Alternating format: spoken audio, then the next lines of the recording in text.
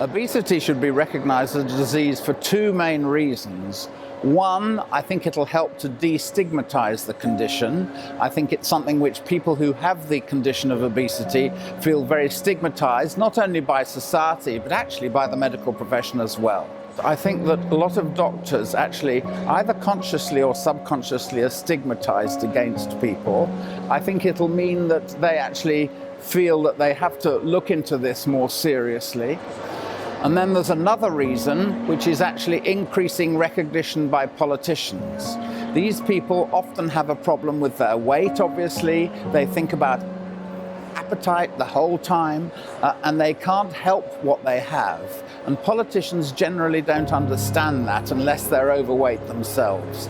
I think that the politicians will think that they have to look into it more seriously, and hopefully that'll bring funding, because at the moment there's a lot of work going towards prevention, but not so much money going towards treatment of people. And let's say if you've got a BMI of 40 or 45, you're not going to get down to a weight of 9 or 9.5 or 10 stone, so you do need treatment. I think the RCP's recognition of it as a disease is important because it leads the way for other groups to recognise it as a disease.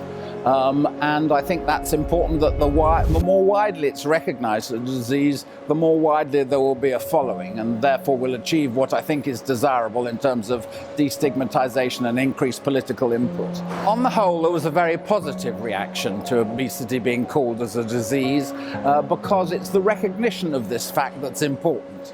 I think that most people with a severe problem with obesity think they've got a disease, and they largely welcome this.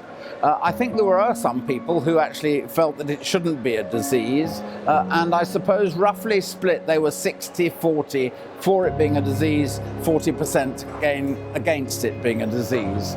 So that there was a positive reaction in, I would say, the majority, but I think there's still some work to do.